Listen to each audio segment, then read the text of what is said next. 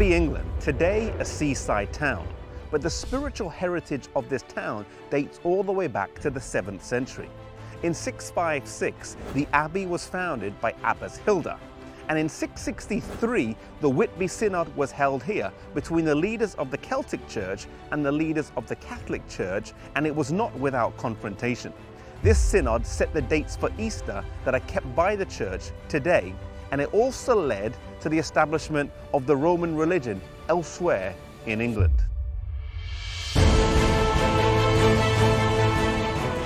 At that time, in this part of England, the Celtic Church was the dominant faith, due to the missionary work of Aidan, who had been sent over from Iona. These people were Bible believers, they kept the Sabbath, and they did not recognize the papacy as ruler in spiritual affairs.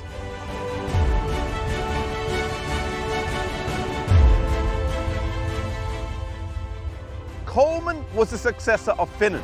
Finan was a successor of Aidan, who originally started the work here in England. And Colman had only been working for 3 years when the Council of Whitby was called. He had a couple of things against him. Firstly, that he had only been working for 3 years. Secondly, that his opponent, Wilfrid, was well drilled in the papal arguments. And thirdly, that the Queen of the King was Catholic. The principal question of the debate was, when would the date of Easter lie?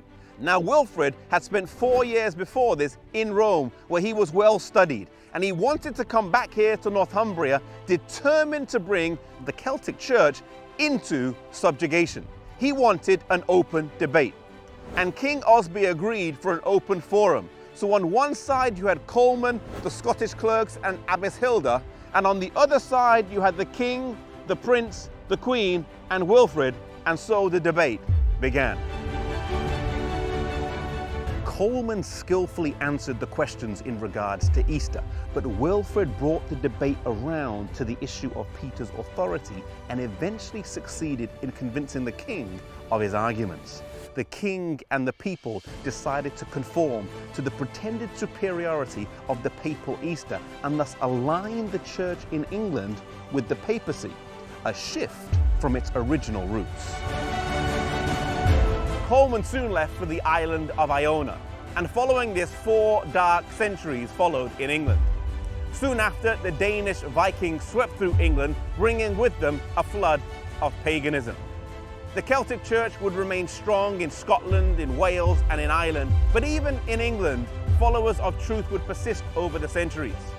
The seed sown by Aidan, Finan, and Colman would continue, so that when John Wycliffe began his marvelous revival centuries later, his followers are thought by some to be those who maintained from generation to generation the doctrines of Aidan. One thing we learn here from the Council of Whitby is that though the cause of God took an apparent defeat, we have to remember that we're living in a great controversy where there's a battle between truth and evil. And like in the words of the song, Once to Every Man and Nation, where the words go, though the cause of evil prosper, yet 'tis truth alone is strong.